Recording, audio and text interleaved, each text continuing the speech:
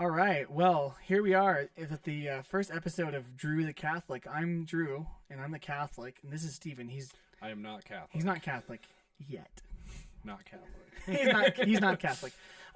So this is my new podcast. If you have followed my work in terms of my personal work, which isn't many people, that's like my mom and my wife and like two other people, you knew I used to have a podcast called The Daniel Generation, and that was one where I talked about theology and culture and all sorts of stuff. Something kind of happened as I was doing that podcast. I started doing a lot of research about certain things that ultimately led me to become Catholic. And I also got married. So a lot was going on in my life. And rather than take the podcast listeners, the few that I had through all that mess, I was like, let's put this on pause. We'll stop the podcast and kind of reevaluate, what I think about faith and where I'm at. And then we'll start a new one if I still want to do a podcast at that point. And I've always wanted to do a podcast. So here we are with the new podcast, Drew the Catholic, because I'm Catholic now. So. And I've always just wanted to be a part of something. So here I am. Stephen just needed something to do. So yeah, and I like to ask questions because as a not really knowing what I am in terms of Christian. Yeah, you are a Christian. I'm Christian. So little history. I'm just Christian. I'm non-denominational, but have been friends with Drew for a while, and I've been trying to figure out, for me, it's more about what do you believe? What's the differences between what we believe, why we believe what we believe, and that's kind of why I wanted to do this with him. And so I'm just kind of here to help guide questions and keep the conversation going. Steven's going to keep me from using too big of words because I can't. You got to keep me here because otherwise I'll be lost. Yeah. So and I use words that I know, and I feel like I'm like, oh, it's just because I read it once and I looked it up. So yeah, and accountability. I like and the. They're nice. Yeah. Yep. Anyways. Okay, so just to kind of start us off, give us a brief history of how you became Catholic. Oh man, brief is hard, but we'll just for the sake of everyone listening, we'll keep it for time's sake. Yeah, we'll keep it kind of short. Yeah. We can always come back to things too. So it's right. Yeah. So I converted. I guess just to kind of talk about that, my wife and I converted, meaning we joined the Catholic Church in 2021. In March of 2021. So we were actually just received and confirmed. We didn't have to be rebaptized. They accepted our Protestant baptism as valid, which is a whole thing. But we were received a little under a year ago. So it'll be a year ago next month. So during COVID. During COVID. So that's a very interesting thing too. Yeah, actually. We got married during COVID too. Yes. But the story goes actually a lot longer than that. So, I mean, I wasn't raised Catholic. I was raised evangelical-ish. Like if there was a faith background, when we did go to church, it was a church. It was kind of like the whole non-denom thing, rock star worship music with an engaging sermon to get the youths to join, that whole type of thing. Yeah. But we didn't go to church a ton. There were spurts here and there. And I actually went to Catholic school as a kid just because it was a really good school. But I was the Protestant kid at a Catholic school, which is kind of awkward because then I didn't get picked for school plays as much, things like that happened. They didn't want you to be baby Jesus. Yeah, no, I never got to be baby Jesus. I was in one school play. Oh, I'm going to share this story. Should I share the story, Gina? I actually peed my pants in the school play once. So maybe that's why they didn't ask me to be in the school play. This is when I was in second grade. So it's really young kid. That's now live on the internet for everyone to know. Yeah. That's fun. But yeah, I'm gonna pick you. Looking back, maybe it wasn't that I wasn't Catholic. Maybe it was that I ruined a costume. But yeah, so I went to Catholic school, but never was Catholic. Okay. Which is common, I think. There's so many people that yeah, because they're good schools. I know I have cousins that went to Catholic school, and they might have been Catholic then, but I don't know they're if not they're now. necessarily Catholic now. That happens too. But then I have a lot of cousins that were Catholic and went to Catholic school because it was the better option. Right. And so that's why I went. Yeah. And I actually really enjoyed it. A lot of people are like, "Oh, Catholic school, that probably sucked." I actually liked it better than public school. I wish I went to private school. Yeah. Public school sucked. Yeah, no, I went to both. So basically, second grade through eighth grade, I went to a Catholic school in Grand Junction, Colorado, called Holy Family Catholic School. And then we moved to Phoenix. That was during the 2008. Everyone lived through that. Yep. And so we moved to Phoenix, and my dad got a new job. And I actually started going to a public school as I was going to high school. So that was a fun little transition. Like the last half of 8th grade and all high school was public school in Phoenix. And that's when I started to take my faith seriously, kind of because there was nothing else to have. So my dad, same thing, started going to church a lot. Our family started going to a little church plant in an elementary school near us. I started doing Young Life and getting really involved in that. All through high school, I did junior leading. I did workshops with Young Life and like summer camps. And I would volunteer to like lead at summer camps and all sorts of stuff all the way into college. And because of that, I was really involved in my church. I was really involved in Young Life. I actually discerned that I wanted to be a pastor. And so I went to Grand Canyon University and studied theology. So that's kind of a flyby of that is a flyby. 8 years. But can we actually go back to what was, I'm going to just interject here and there, but what that's was fine. The transit, like, can you go a little in depth on the transition between a Catholic school to a public school when you weren't Catholic? Well, it was weird because so I was used to so Catholic school I wore like blue or white polos. Actually, 8th grade year, right before I left, they let us wear red ones, and that was like a big deal. Everyone's like, "Yeah, we wore red ones for like 4 weeks straight because it was new." And then like khaki pants, and then on Fridays we got to wear jeans, which was always a huge deal. So I was used to that, and like structured. We would pray before lunch every time. We'd pray the first hour and the second and the last hour of the day. We went to mass once a week. There was a parish on the school grounds. Okay. And again, I'm not Catholic, but that stuff was enriching and made me Christian in a vague sense at the very least. Like I would say I was Christian and but also the education was really good and it was more strict. Like our testing was really good. So when I went to public school, I actually had a weird experience. I guess this story illustrates it well. In my social studies class in the middle school I went to for like a couple months when I moved to Phoenix before I went to high school, they were like doing something where the teacher was at the whiteboard asking questions and like you raise your hand and answer. Well, in my Catholic school, I was used to raising my hand and then like standing up to answer, to like address the class. Mm-hmm. So I like raised my hand to answer the question, teacher called me, and I like stood up and everyone was looking at me like, what the heck is this kid doing? Like, you're a freak, dude. And I was also used to like, even though Catholic school was normal. Like there were still bullies, there were still kids that were mean, there were still kids that were catty, Yeah.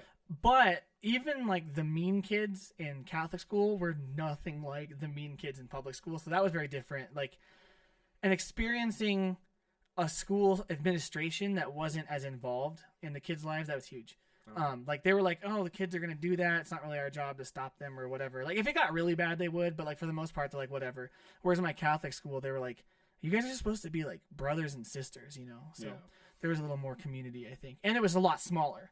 Okay. Like when there's thousands of kids. I went from a Catholic school that had kindergarten through 8th grade had like 2,000 kids. Not even close. Maybe 800 kids. Mm-hmm. And then I went, probably like 800 kids. And then my high school, my graduating class was 700 people. Yeah. So I went to a school of 2,000, and I'm pretty sure in my graduating class, and nobody knew who I was. Yeah, so right. Whereas at Catholic school, I knew everyone, and not just in my grade. I knew everyone in the grade above or below, and then a lot of the kids lower than that, Interesting. So that was different for sure. Okay, so you transitioned from Catholic school to normal high school, found a church, and so what kind of church was it? It was, it was actually, oh gosh, I'm trying to remember the denomination. It was an evangelical church, and I think it was like the Evangelical Covenant Church or something like that. It's some evangelical denomination. Just to poison the well. That's and they were a church plant, and we really liked the pastor and the worship team, so we stayed there. My dad actually got involved on the build team because they were trying to fundraise to have a real building because they had been in a middle school or elementary school for quite a while. And my dad was a big part of that building team. That's actually what like burnt him out on church. They just kind of overused him in some ways, but anyways, we had a really big hand in that as a family and went there. I was really involved in the youth group. Senior year, I actually started going to a different church, a Harvest Bible Chapel, which is another big, like, I don't want to say mega church, but it's a church that plants a lot of churches under the same name all over the country.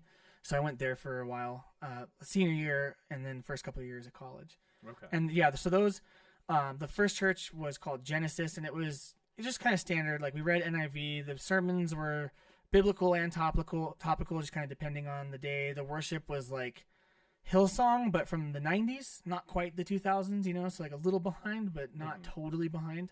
Okay.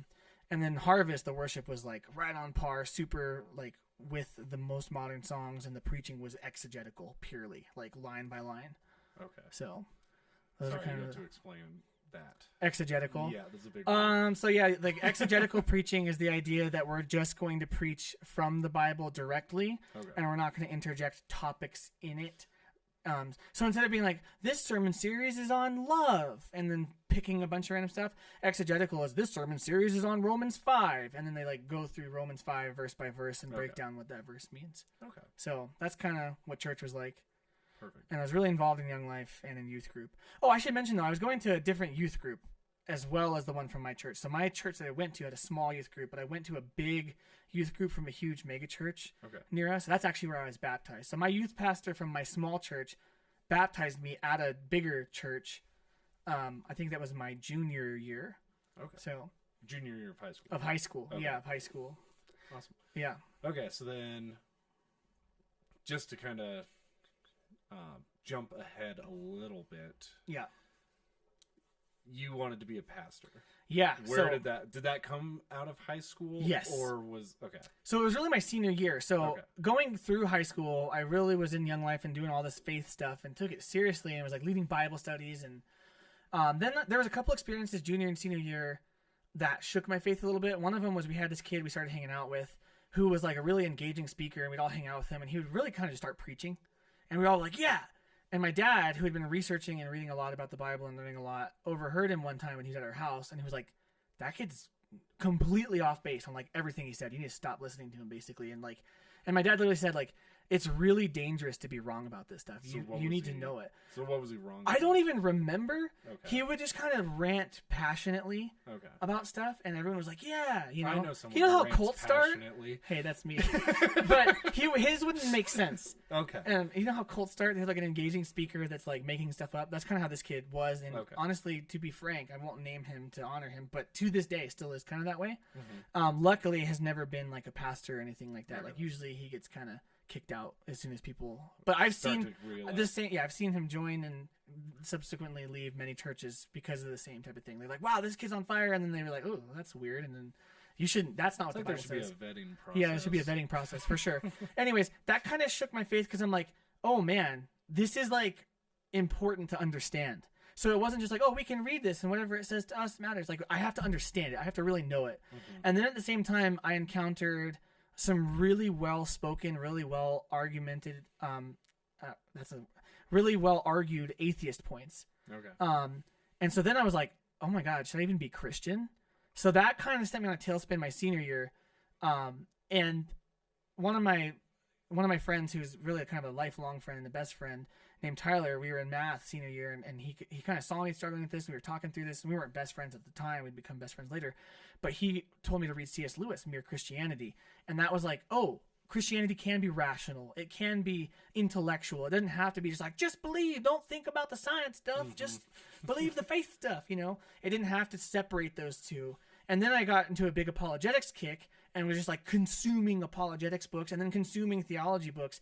And then I realized, wow, not only do I think this is true, but I think everyone needs to know about this. And then I got really excited about that. And then I was like, I think I want to be a pastor. Okay. So that's kind of how that happened.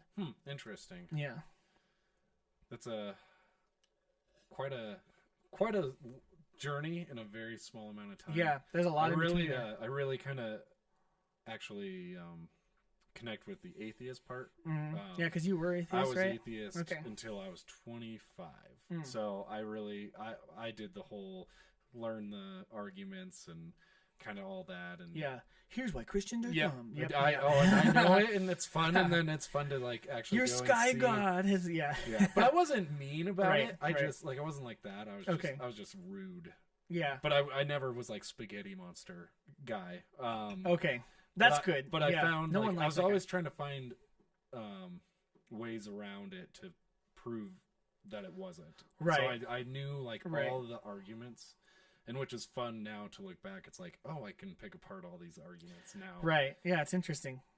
But yeah, so okay, so you wanted to be a pastor. You had a weird experience with a guy who was kind of wanting to be a pastor, but more of a cult pastor. And so then, I guess for me is, how do you go from wanting to be a pastor to now you're Catholic? Yeah, because you can't be a priest, right? Yes, I can't. That's do a anymore. huge, like, not to get. We could get into a topic on this all on its own, because I'm guessing part of this is just my guess. I'm gonna figure this out. Part of you was thinking God was saying be a pastor. 100%. Okay. Yeah, so yes and no the first year, and then the second and third year in college, 100% yes, and then the fourth year I was kind of, things started to shift. But so college really is where the groundwork for all this was laid. So a couple, I think, key points is I went into college convinced of Christianity in general, but skeptical of most people's interpretation of it because of that experience with that guy. Mm-hmm. And also because as I was learning about it, I was like, wow, some of the things that I learned in this church that we were going to at the time were crazy. So then that's why I changed churches and started going to Harvest, because the perspective I had been reading from initially when I first started researching was more along their lines. So that was more reformed, a little more bent towards predestination, kind of like John Piper sort of crowd. So is that more Calvinistic? Yeah. Like most people at Harvest would have probably identified as a Calvinist in terms of, just in terms of soteriology, meaning like salvation and election particularly. And I was kind of leaning that way. Okay. So at college, freshman year, I was a Calvinist. I would have identified like, yeah, I'm Reformed. I think that like Calvin's view of predestination is biblical. Everyone else is wrong.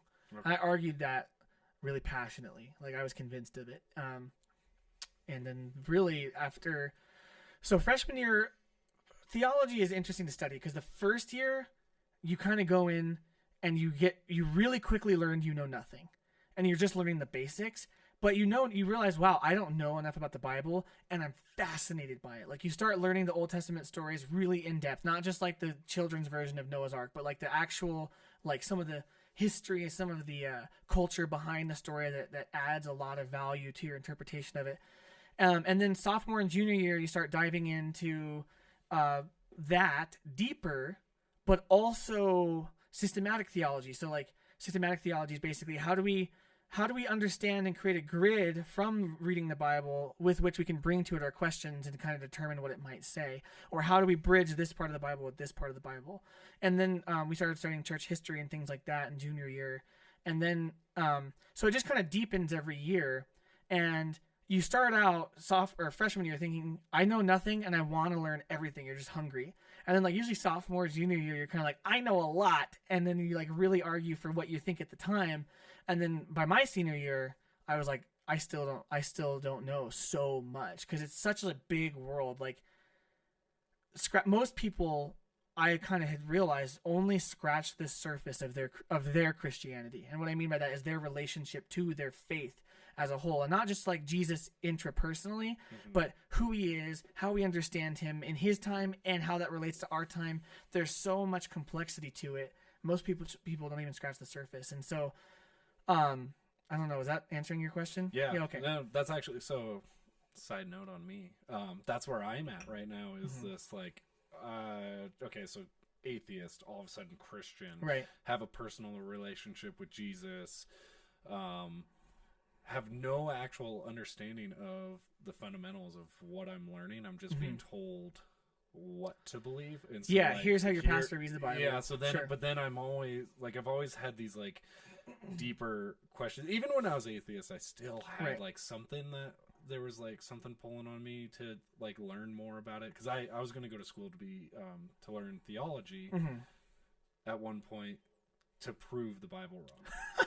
I love that. That's awesome. And there's a lot of that in my life where a lot of things initially were that, and they've morphed. But to come from like, oh yeah, all that matters is you need a relationship and this, and then I'm sitting here reading, and I'm like, a little bit more to it than that. I'm like, why do I need? Yeah, yours is way more. But I'm like, I'm sitting here going, but why do I have a relationship with Jesus? Why did Jesus do the things he did?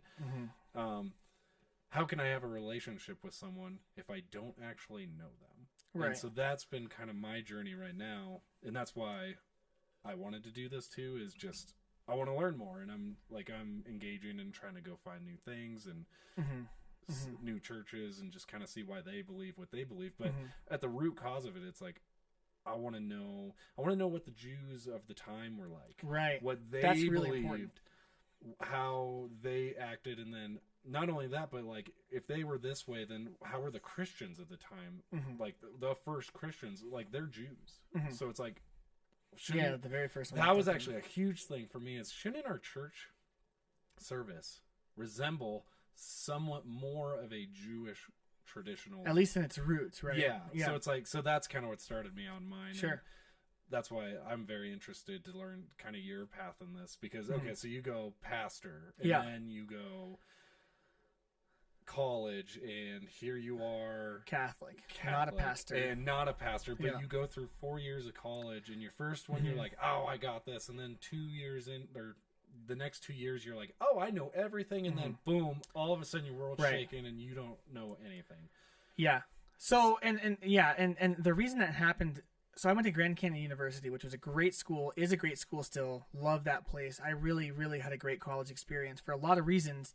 I was studying theology. I actually, my senior year, kind of added a double major on the end of that and got 2 degrees, one in theology and one in English literature. Because at that time I wasn't sure, like maybe I won't be a pastor, maybe not right away. So I need something else to kind of show that I didn't just have a wasted degree to a job. Not that I don't think it was a wasted degree, but I wanted an English degree, which is also a wasted degree, that I could at least say this is not weird, you know? But kind of what happened was, and I don't know what the Department of Theology is like there now.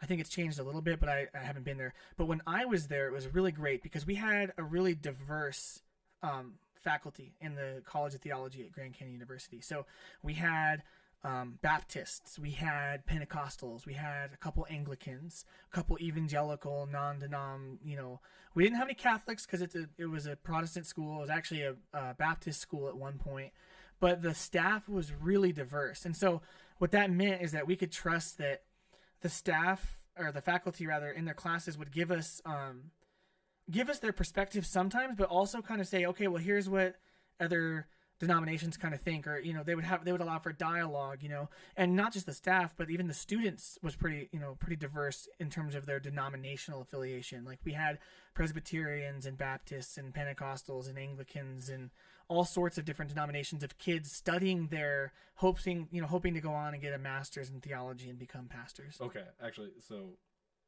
because you kind of glossed over it, there's a lot of, it's a mesh pool of all these except for kind of Catholic is what I kind of picked up on that real quick. And varying degrees of acceptability of Catholicism. So that's what I wanted to talk about is at a school like that, and then you're not Catholic. Right. We actually had a student who was Catholic. Okay, so you actually had told me a story off air that I thought was hilarious, and it was about how I don't want to steal your story, but like, tell us about the time you had to defend Catholicism. Oh, that's not at school. That was at church. That was at church. Okay, so that comes later. So I jumped the gun. I am going to tell that story. Okay, because I love that story. But so you're going to this school. No one what was the environment towards Catholicism at that school? So the great thing is, again, no one was vitriolic and bitter except a couple students. Like there were students who were that way towards everybody else, right? Okay. I remember a couple of them that were so passionately even arguing with the professor. The professor's like, can you read Hebrew? And the guy's like, no. He's like, then shut up. I had a professor say that one time. It was glorious.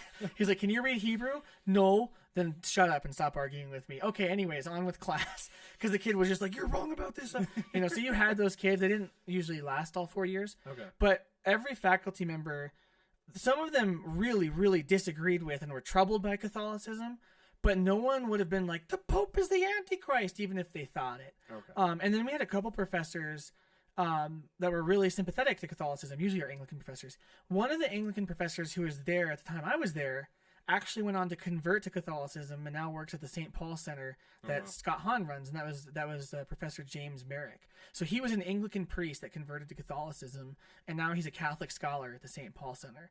And so I didn't ever have him for a class, which I really am sad about now. But my best friend Tyler, he had him for church history, and they were really close. They had a really good relationship, and he talked to him a lot. So, yeah, so that was kind of the atmosphere. And I think the thing that was really beneficial, because I was going to a church that, for better or worse, this is the way we teach, this is the way we believe, but I'm being exposed to all sorts of theological traditions. And more than that, I'm being exposed to the forefront of biblical criticism and biblical scholarship at the time, which has really been taking a turn. And just to kind of take a deep dive on that, with the advent of what we call the new perspective on Paul, with people like N.T. Wright, and I'll just mention him because that's a popular enough name that people might resonate with him. He writes lay-level books that people can understand.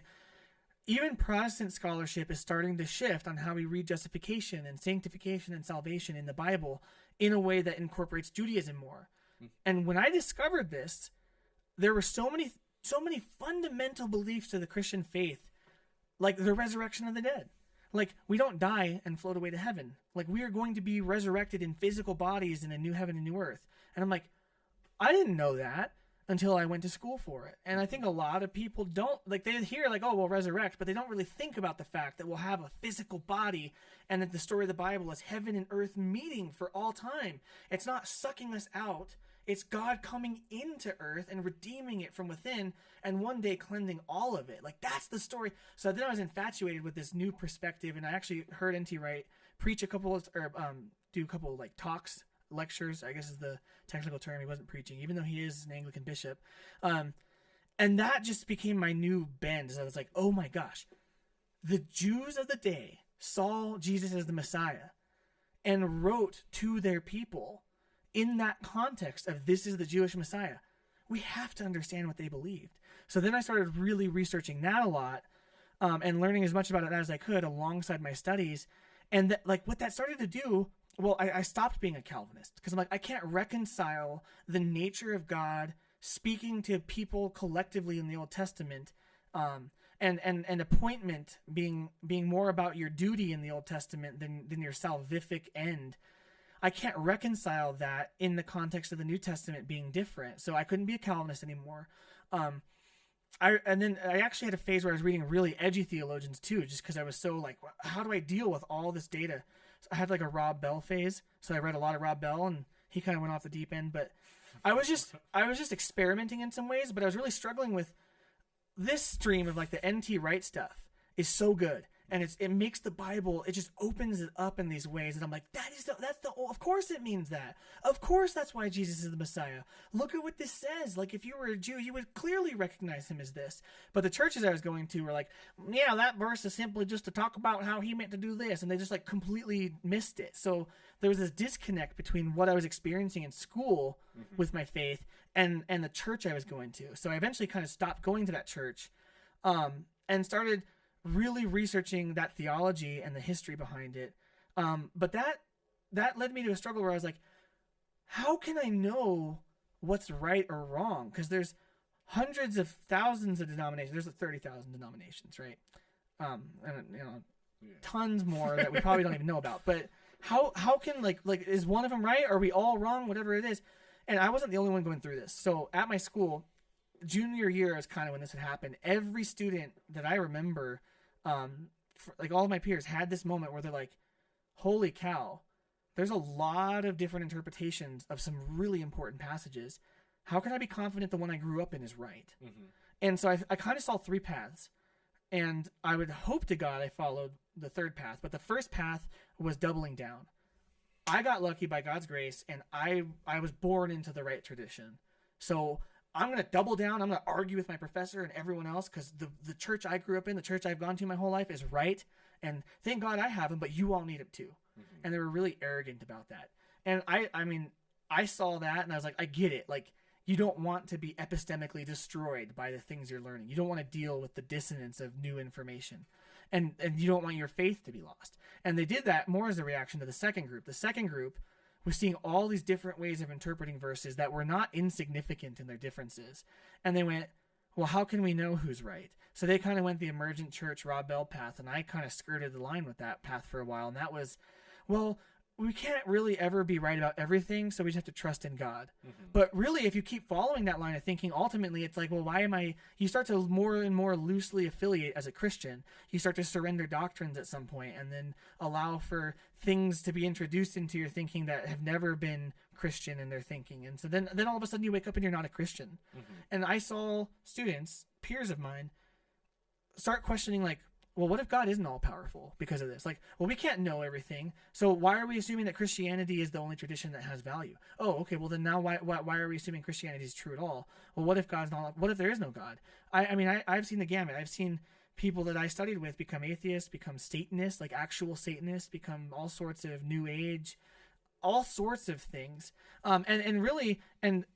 Like, totally leaving is one thing, but I've seen a lot of them end up in what I would say is a lot of really theologically progressive churches that are like, maybe the resurrection happened, maybe it didn't, but like, let's be nice to people and, vote this way, and then the churches that vote the other way, yep. and that's all they care about is the politics. So I saw a lot of that, and then a lot of the first one of like doubling down. What I didn't see was a lot of people being like, I'm not capable of knowing, but God is capable of knowing. God is truth. There is a right answer.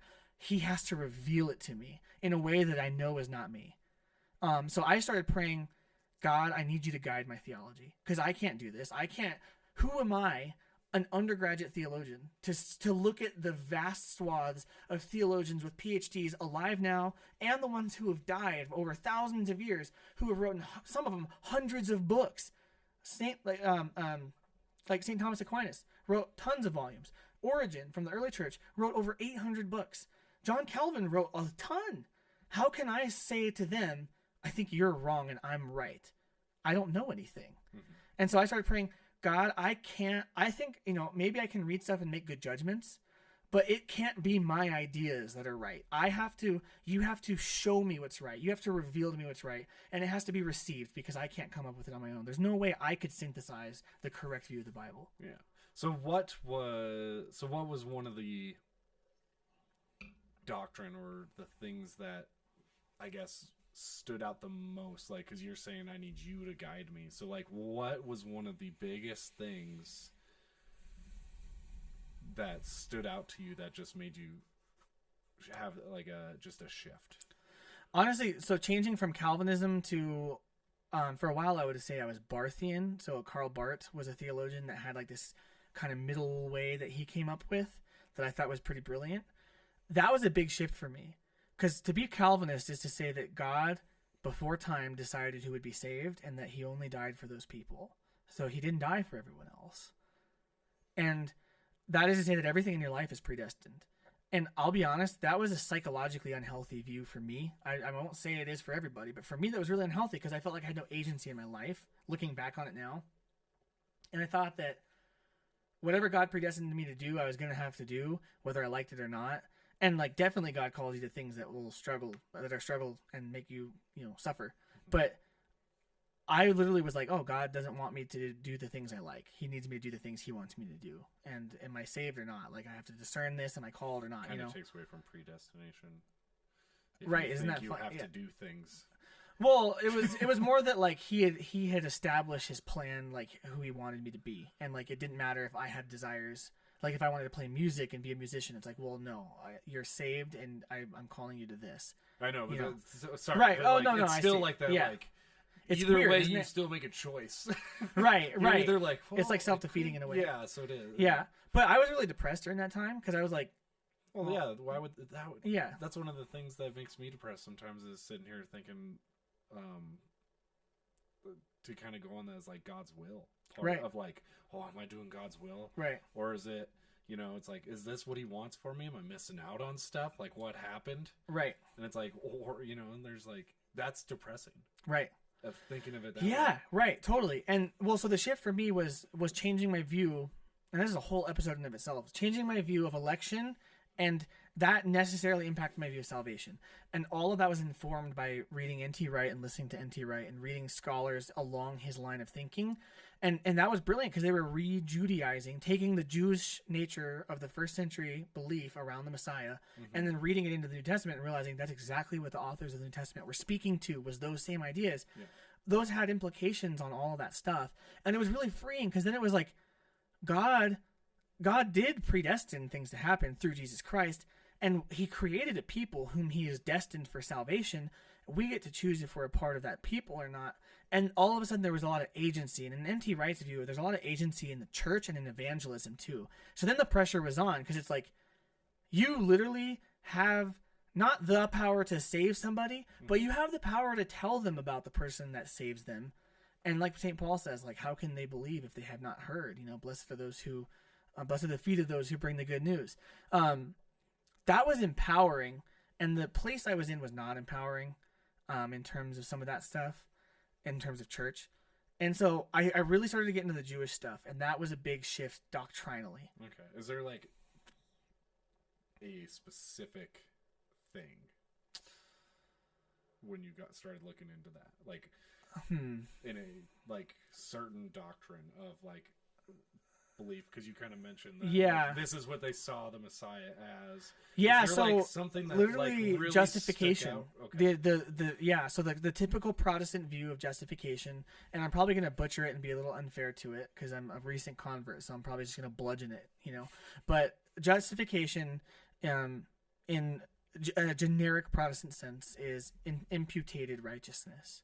And so what they mean by that is that when you believe in Jesus, like when you come to faith, when you come to a mental assent of the doctrines of Christianity in your heart, God justifies you as righteous, not because of your own merit or your own, and merit's not even the right word, because the way that they say merit is different from a Catholic meaning of that word, but not of your own doing or your own work or your own worthiness, but it's over Jesus's worthiness being kind of covering you. And it's like Luther says, like, you are snow-covered dung. Like, you're literally a piece of poo, but you have snow over you. And that's probably not the exact quote, but he said snow-covered dung about us. Good. Yeah, super good.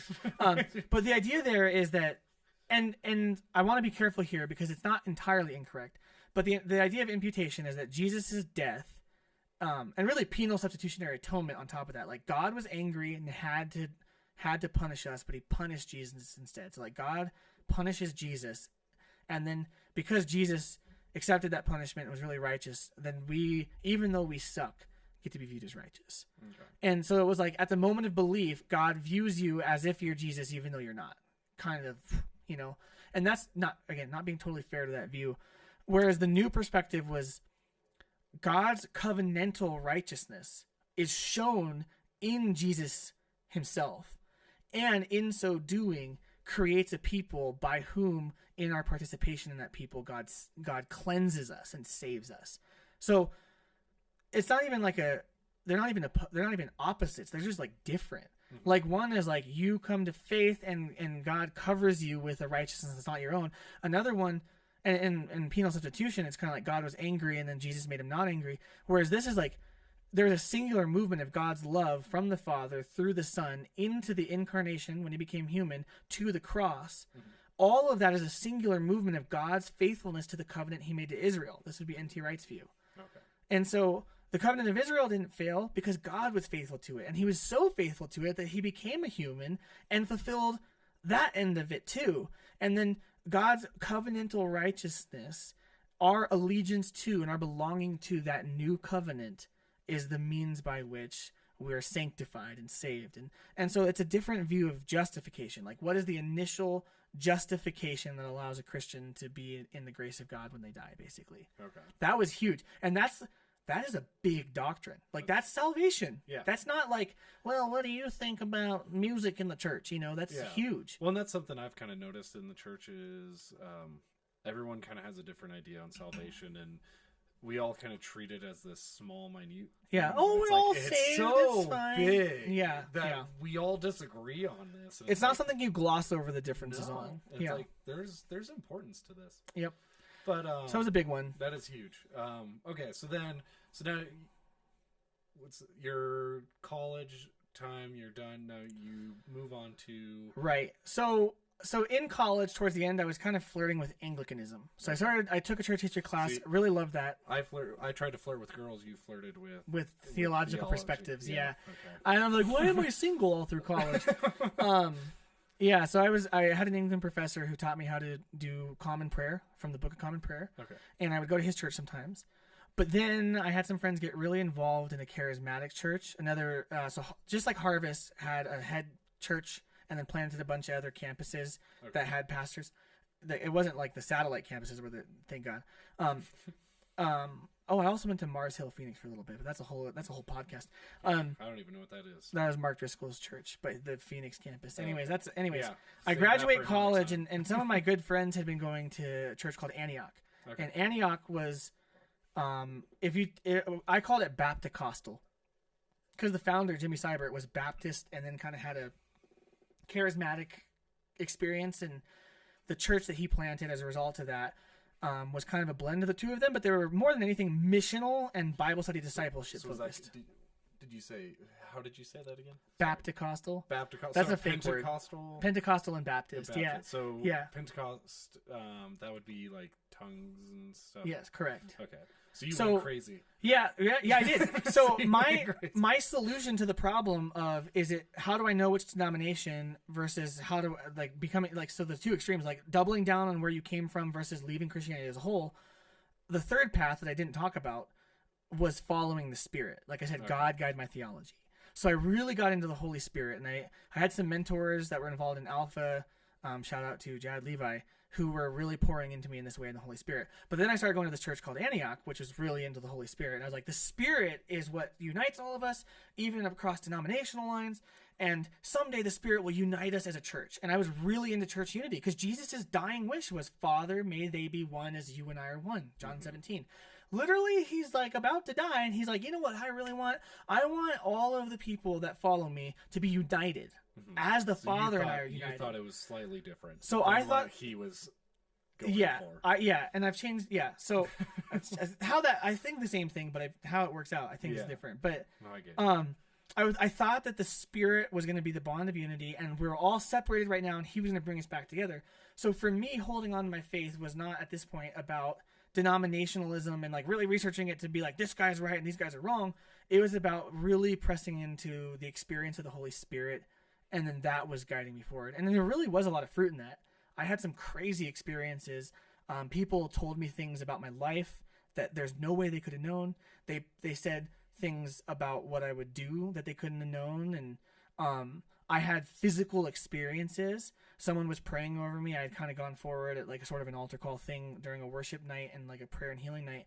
I went forward, and I had been pretty severely depressed in this season after college for a lot of reasons. And they put their hands on me and were praying for God to like renew the synapses in my neurons, and my whole body started vibrating. Like, you know, you hit a tuning fork for a piano and it's just like, dong! My body felt like that. Are you sure the floor they didn't have something? Right, yeah, it's just like a vibration thing. Yeah, I feel it. But for like 10 minutes, I was just like, whoa. So I had some really powerful experiences there. And that was kind of how I was holding on to, like, this is the middle ground that I'm going to walk in, is I can't answer all these questions. I'm going to keep researching and try, because the knowledge is important, and God gave us that. But I'm going to press into the Spirit a lot. Okay. So that's kind of how I ended up there. So then you end up in this kind of mishmash of religion and... Yep. And I wanted to be a pastor. Yeah, and you want to be a pastor. So then... that was all in Arizona? Yeah, this is all in Phoenix, yeah. Okay, so is that the church where you have to defend? Okay. So I joined. So Antioch is a church that to do ministry in, you have to go through their discipleship training school. So anyone that's familiar with like YWAM kind of knows what that is. It's like a 6 month to a year, depending on where you go, a program. And the goal is like that you come out of there like a disciple, like ready to go into action. Frankly, like, I'm just going to be honest, no disrespect. There's a lot of really good fruit that comes out of a DTS, but a DTS does not make you a professional Christian. Okay. It makes you a basic Christian. Like, DTS, for those that are Catholic that are listening, would be equivalent to RCIA, would be equivalent to like being initiated into the faith. Going from like, I know a little bit about Jesus to like knowing it enough to kind of be engaged and on fire. The problem that I experienced, a lot of people came out of DTS being like, I know everything about Christianity. So I went into the DTS as someone with a 4-year undergraduate degree in theology. Okay. The leader of the school did not have a degree in theology. The executive pastor did not have a degree in theology. Only the head pastor did. And he said, I regret getting a master's in theology because you don't need education to do ministry. I get the sentiment behind that. He's like, you just need a calling. But I'm like, you should know what you're talking about, though, right? Like that, I still, even though I'm like, oh, walk in the middle with the Spirit, I'm like, you still need to know what you're talking about. So I joined the DTS because I wanted to be a pastor, and I thought I wanted to be a pastor in this church. And so that quickly got tough because there would be things that we talk about, and I'd be like, oh, I learned this in school, and I'd bring it up. And so I think that kind of created conflict, and ultimately ended up leaving the school early.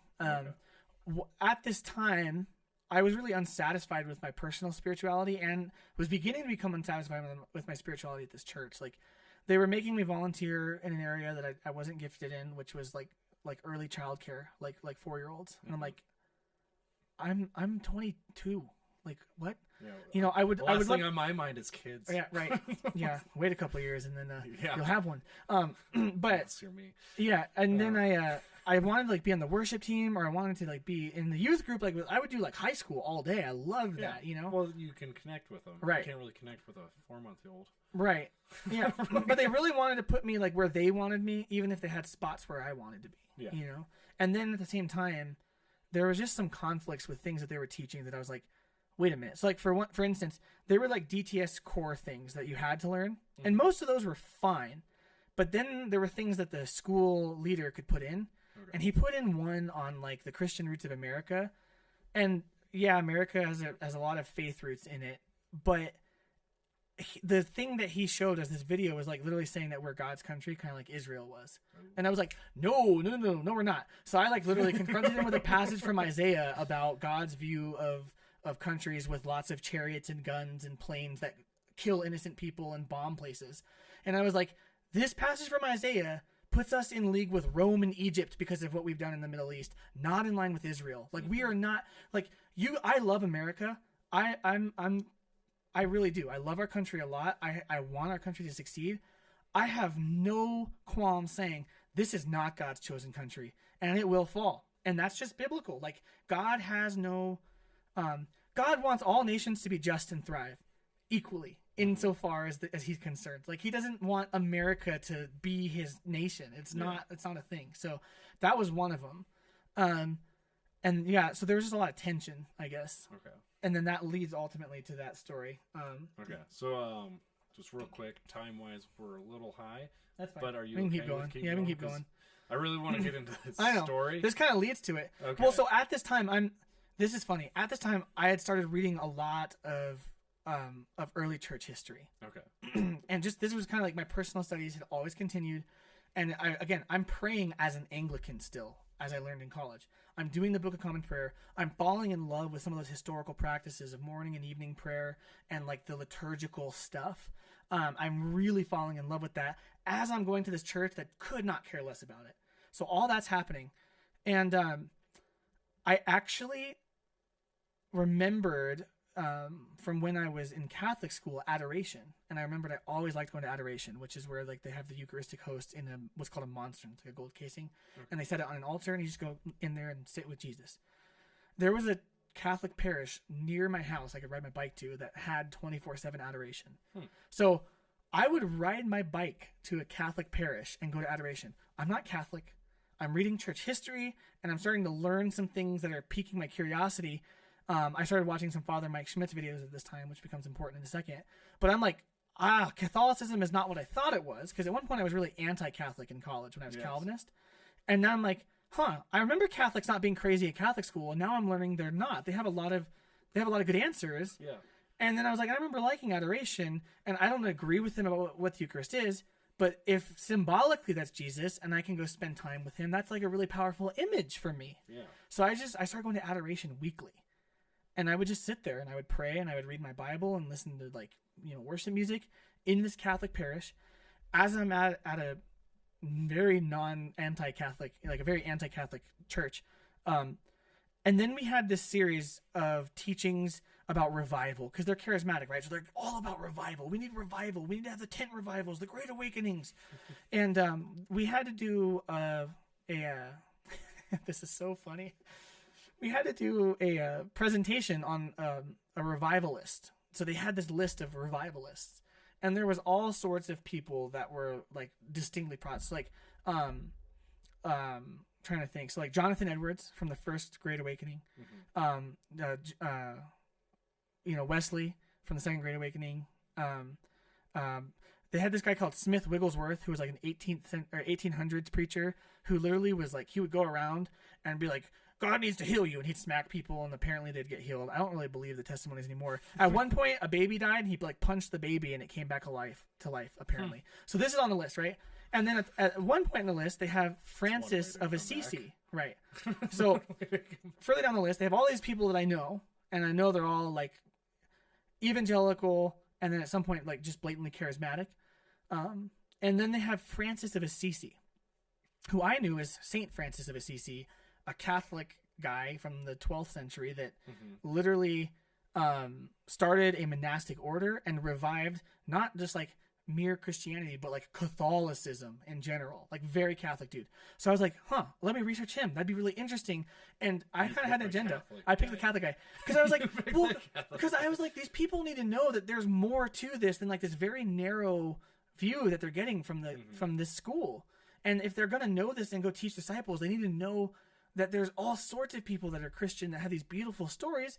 And it'd be really cool to show them a Catholic who had this amazing testimony that's kind of challenging to us. So I read the Little Flowers of St. Francis of Assisi, which is the traditional account of his life, and I put together a presentation.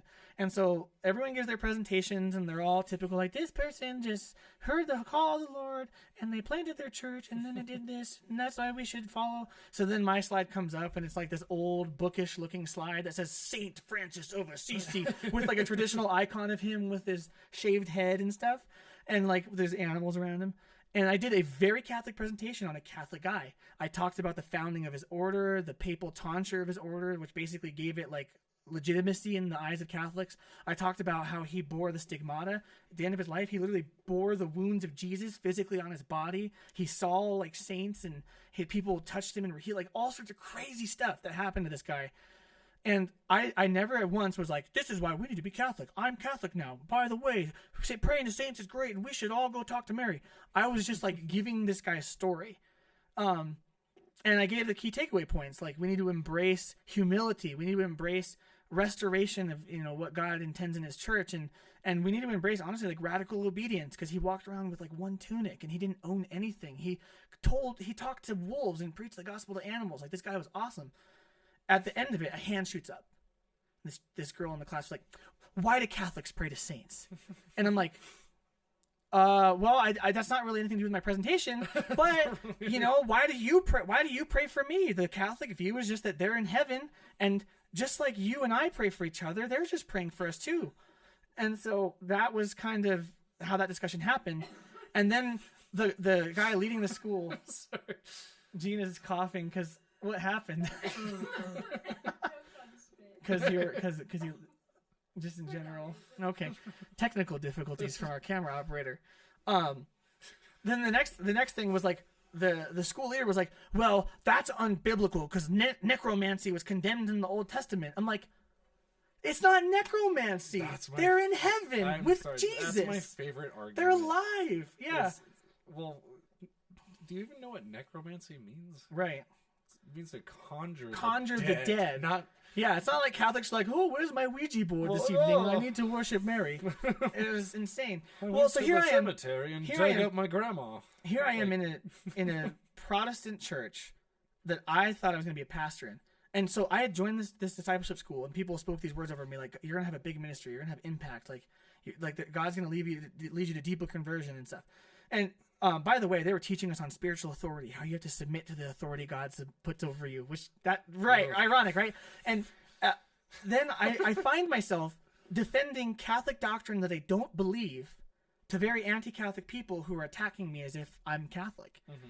And I was like, I was going to adoration at a Catholic church, so there's that too. And I'm like, I would so much rather be in adoration right now than in this place. And I think in the back of my mind, I kind of knew where I was going. I was reading things that were interesting. I was experiencing Jesus in adoration, and I kind of knew, but I was like, no, I'm not going to be Catholic. I have so many problems with it still, but here I am defending them. I think they're better Christians than some of these people. The story gets worse because the next time that I met with the guy wanted to meet with me afterwards, basically, the guy that ran the school. And he literally, like, it was just him and I. There was no other. You should run this school, not me. Yeah, right. There was no other person there. So, just like side note, if you're running a church, a good rule of thumb for to have a third person there if you're going to talk to someone about something you disagree with them about. It's just a good rule of thumb. He specifically, that was a bylaw of this church, I believe. Don't quote me on that because I don't remember. I guess the bylaws to a degree that I could hold it up in court, but I'm pretty sure most times we had like a meeting to like confront someone. There were two people. Yeah, 2 or 3 witnesses. Right. Establish everything with 2 or 3 witnesses. Huh. So he specifically does not bring anyone else, and in this room is like, I think there's dangerous views, these things about Catholics, and I was like, how? Like in the Bible it says this, and I was like, again, defending the views. He went, well, I think that you understand Catholicism better than I do, and you could have a really good ministry to Catholics someday, but they're not Christians. I'm like, what do you mean have a ministry to convert them? They are Christians. You don't think they're Christians? And then I was biblically walking through how I was at the time believing that Catholics were Christians and we were Christians and we're all in the same boat. And then he was like, I know you're smarter than me, but I just think you're wrong and it's really dangerous. And he was literally attacking me. And like, I'm not trying to be facetious. He was yelling at me and he was blood red, like attacking me just for thinking that Catholics were Christians and trying to defend some of their ideas. And I in submission to the authority of the school, I did not like yell at him. I just kind of sat there and I took at it. I'm like, well, I disagree with you and I'm sorry you feel that way. And I just kind of walked out. I didn't go to school for the rest of that thing. I quit. I left the church, and I kind of told him why. I was like, I just can't do this. Like, you literally don't even. He stopped letting me talk in class before this had happened. He was always trying to shut me down for other things, and then all this kind of blew up, and Catholicism was the thing that did it. And so I was really angry about that. That was like, I was like, this is where I was supposed to do ministry. This is where I was supposed to like find my home. And even the people there were like, we think you're supposed to be here. We think that you're supposed to be a pastor here. Like, God's calling you here. And every door was shut, and not just like shut, but like slammed in my face with my hand halfway through. Like there were wounds. And so, it was really jarring. And I didn't go to church for a long time after that until I moved back to Colorado. I didn't go to church. Mm-hmm. That was like the darkest period of my life, but I still was reading and researching and praying. And I still was like, the Holy Spirit's going to lead my theology. And so I had, my same mentor, who was not at this church, Jad Levi, shout out again, met with him a lot, went to his church, I guess, intermittently during this, and they lead worship there. His church? Sorry. He leads a church in downtown Phoenix called Trinitas Phoenix. So before you moved here, you were still... I would go there, like, intermittently, and, like, I would lead worship there sometimes. I would go to their events, and I would just hang out with him, and, like, he was really good at ministering to me and then being a good brother to me. And then I had my friends I was really close with, and we'd have, like, really good hangouts and like, pray and worship together. At this point, I'm still praying like an Anglican, and I'm reading church history as an Anglican, and I'm like, Anglicanism it is. I've been delaying it for so long, mm-hmm. and I moved to Colorado for a lot of reasons. One of them was just to kind of start over. I didn't like my job. I didn't like my life. I had no church. A lot of the people that were like my friends at this church didn't like me anymore and didn't want to talk to me. And I had my core group of friends, but I just like wasn't happy. Yeah. So I moved to Colorado and started a drone videography business. Nice. And now it's a full videography business. But I started going to an Anglican church. And that's where I met you. That's where you met me, within a Bible study. I feel like I met you right before you went to the Anglican church, because if I remember correctly, you were kind of jumping around churches. So I went to the Anglican church the whole time I lived here. Okay. When Gina and I started dating, we were kind of jumping around a little bit. So this is the fun part of the story. Cause like I started going to this Anglican church, and I told them, I'm like, I want to be an Anglican priest. Like, well, actually the deacon told me, she's like, you want to be a priest, don't you? I'm like, yep. She's like, cool. Well, the diocese will like pay for education and stuff. And I started getting really involved there. Mm-hmm. And I was like, I told her, I'm like, I really want a wife first. And she's like, well, if that's what needs to happen first, like pray for that. And like, you know, if the Lord's will is that, then it'll happen. Can you explain? Because if you got married, for Anglicans it doesn't matter. It doesn't matter. That's Orthodoxy or Eastern Rite Catholicism you're thinking of, where if you get married first, you can be a priest, but otherwise not. Okay. In the Western Rite, they're still practicing celibacy entirely. So that's the Latin rite, like most Catholics. But side note, so I was going to this Anglican church. Mm-hmm. I'm the youngest guy there by 20 years. Is our battery die? Yeah, and it's okay. We can go with 2 cameras. Yeah, they don't need a close up on me. I'm not that great. Anyways, I'm the youngest guy by 20 years, but I'm really loving it. There's all these like educated people there that are really pivotal in the Anglican Church, and I'm learning a ton, and I'm growing, but I'm still researching on my own. Mm-hmm. And I'm still reading the early church fathers, because this is where I'm finding in the early church fathers at this point, everything I learned from N.T. Wright about Judaism in the New Testament, the church fathers already knew. They already recognized everything that he thought about, like justification and sanctification. I found that in the church fathers. Everything about the liturgical practices of what a Jewish Christianity would be like, I was seeing in the early church. And the concepts were all there, even if they didn't link them. Mm-hmm. They weren't ever saying, like, we do this because it's a Jewish root thing. They were like, this is what the apostles taught us, so we did it. I'm like, well, they were Jewish, so of course. Yeah, they didn't have to be like, why? Right. They already knew like, why right. they were doing it. Right. And even if they didn't know why, they knew the apostles taught it, so we should do it.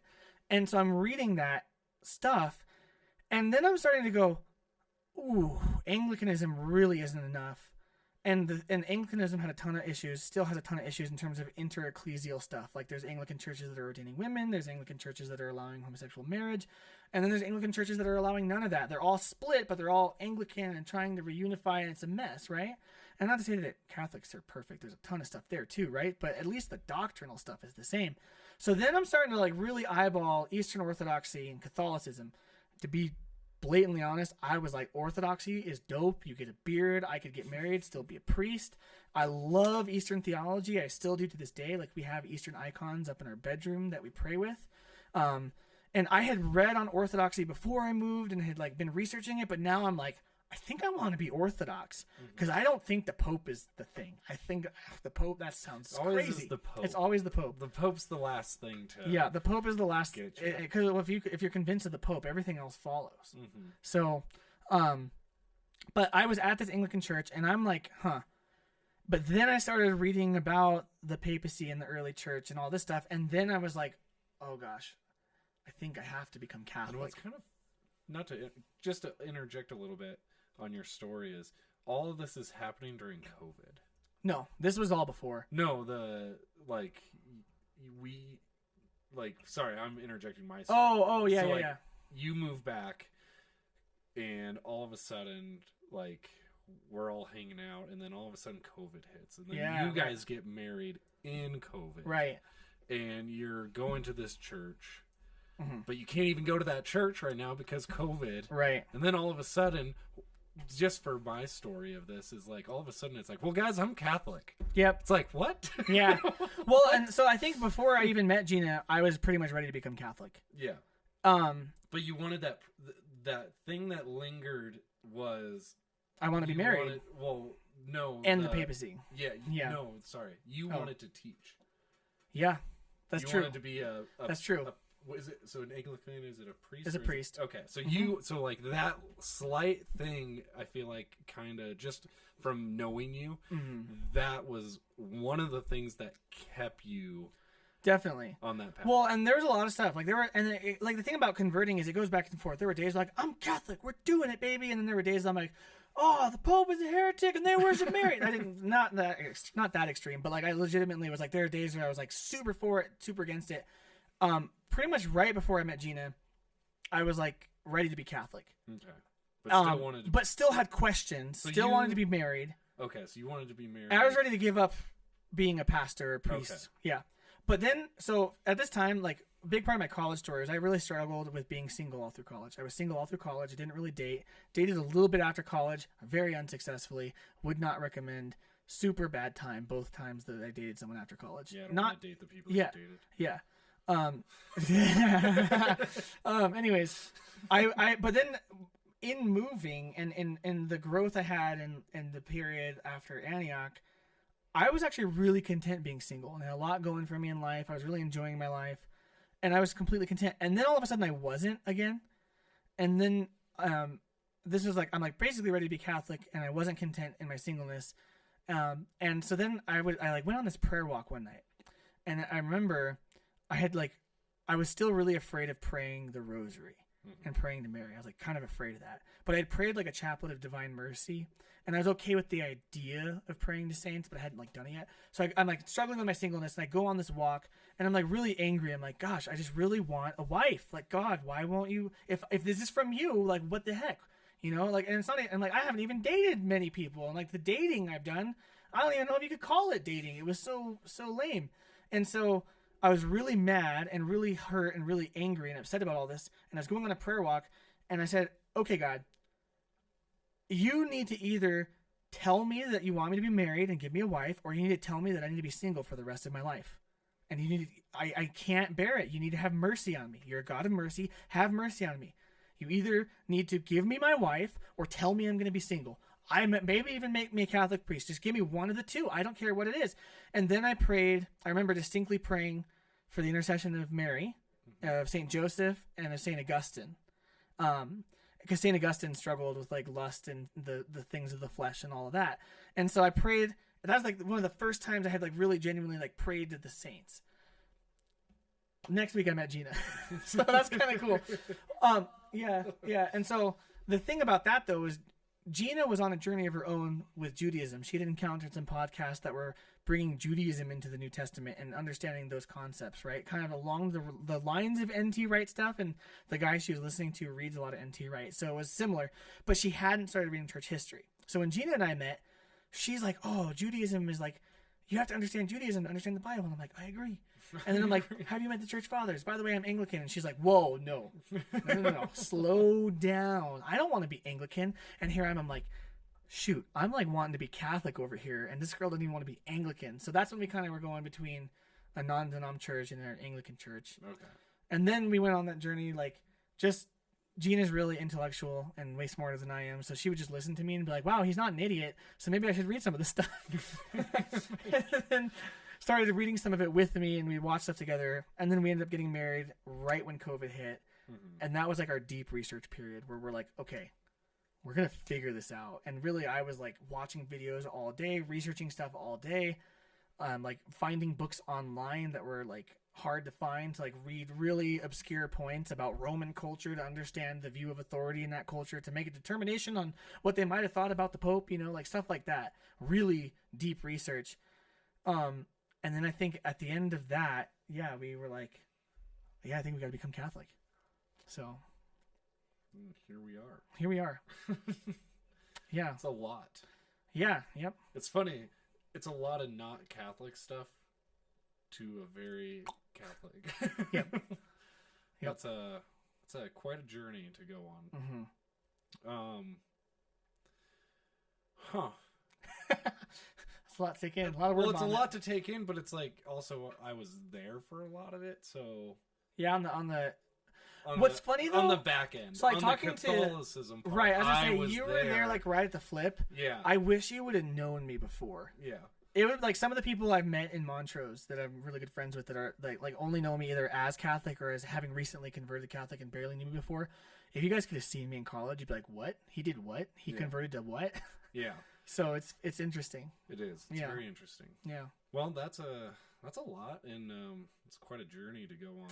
There's a lot more to unpack than just. Oh, yeah. I can guarantee this took an hour. That was an hour. We're like, our max is 45 minutes. Took an hour. We got to 45.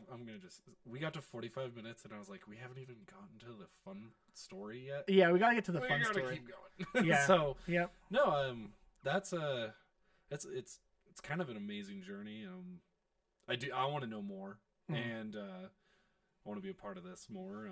Yeah, that was a lot of like the that's a background that of happened. You. Yeah, and I think that's important for everybody to kind of get this idea of who you are, because, like you said, you had a podcast before this. Yep.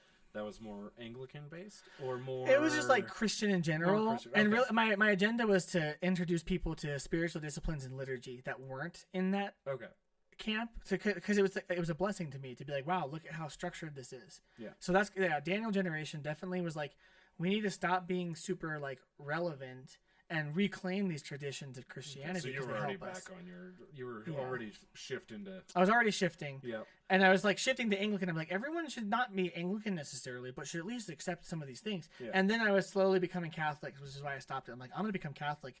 And I don't want to be like, by the way, I'm Catholic now, and so should you. I was like, let's just put this on pause and figure this out, because I knew it was going to be messy, and it definitely was. Yeah. So this is kind of a good, I think, because if anyone, to me personally, I love stories that kind of explain how we get to where we are. And right. To me, that, like, this is a super important story. Like, so, like, okay, they can come back. Like, if we have any new people that come and they're like, how did he even get to this point? That's why we did episode 1 like this. Yeah. Because you thought, yep. What a way to, kind of introduce the podcast this year. Drew the Catholic. Yep, that's me. I'm Catholic now. Why are you Catholic? So here we are.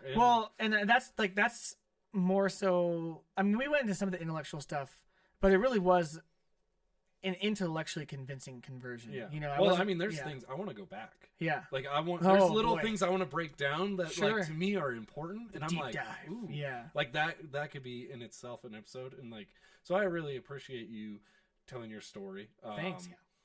And I just there's so many things like I think we can deep dive into these and just kind of go and then actually get into doctrine and get into the things that like you think, like you said, justification. Yep.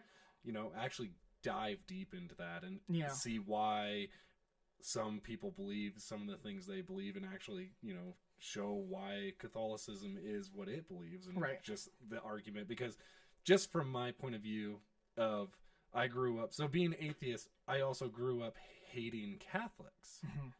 And it's pretty universal. And I was like, and then when I became Christian, I still hated Catholics because I had to hold on to one thing. Right. I had to hold on to one little thing. And it was like, so I hated Catholics. And honestly, it wasn't even me. It was implanted in my brain because I heard it so much of how awful it was. And so then actually getting to know you and kind of all the stuff you've kind of showed me, it's like, whether I believe it or not, it's like, okay, at least I can understand it. I've actually been in the same position as you. Is like, all of a sudden I'm defending Catholicism. I'm like, wait a minute, I'm like, no, that's not what they believe.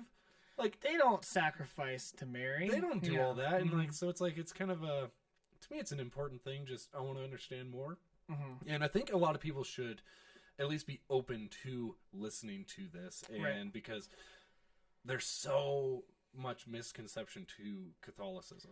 And the more I'm actually like, this was one thing becoming Christian was the hatred that I didn't realize was so profound towards the Catholic Church.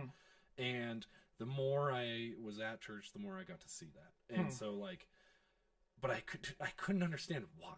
Like I did for like out, like, on the news, you get all this and that. And it's like, I don't, that's why I feel like people hate the Catholic Church. Sure. But then when you actually get into the church setting, that's not why they hate the Catholic Church. Yeah.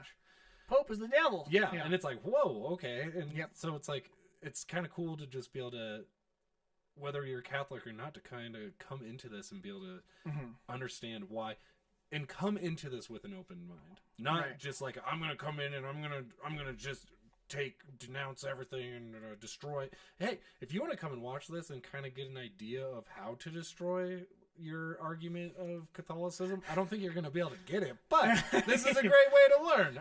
Right.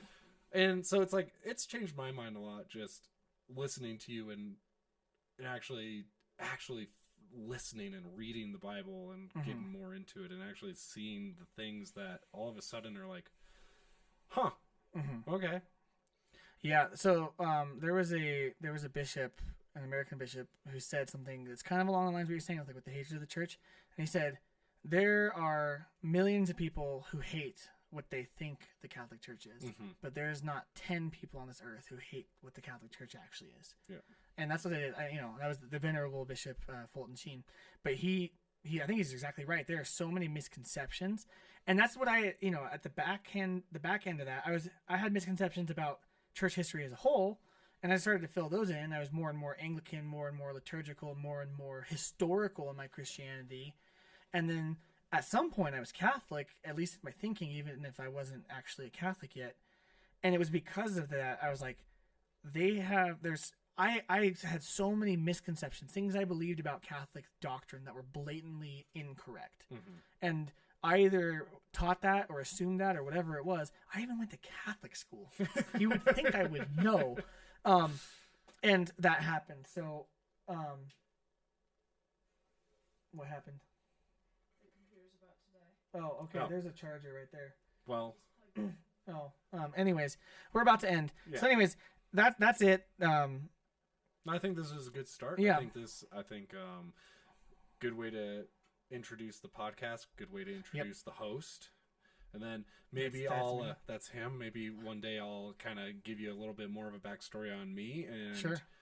But, you know, what you want to do here, I want to learn, and I appreciate you allowing me to come on here and do this with you. Yeah, thanks for coming on. It's good to have someone to kind of bring questions to the table, so it's not just me talking to a camera and my wife running the cameras. Yeah. And yeah, we'll be doing a lot of different stuff. So we'll talk about theology and history. We'll talk about culture from a Catholic perspective. We'll bring other people on. So I already have some other friends that I want to bring on and kind of ask them about either theological questions or their conversion stories. But mostly, I think we're mostly going to focus on like the theology of Catholicism and the culture through the lens of a Catholic view.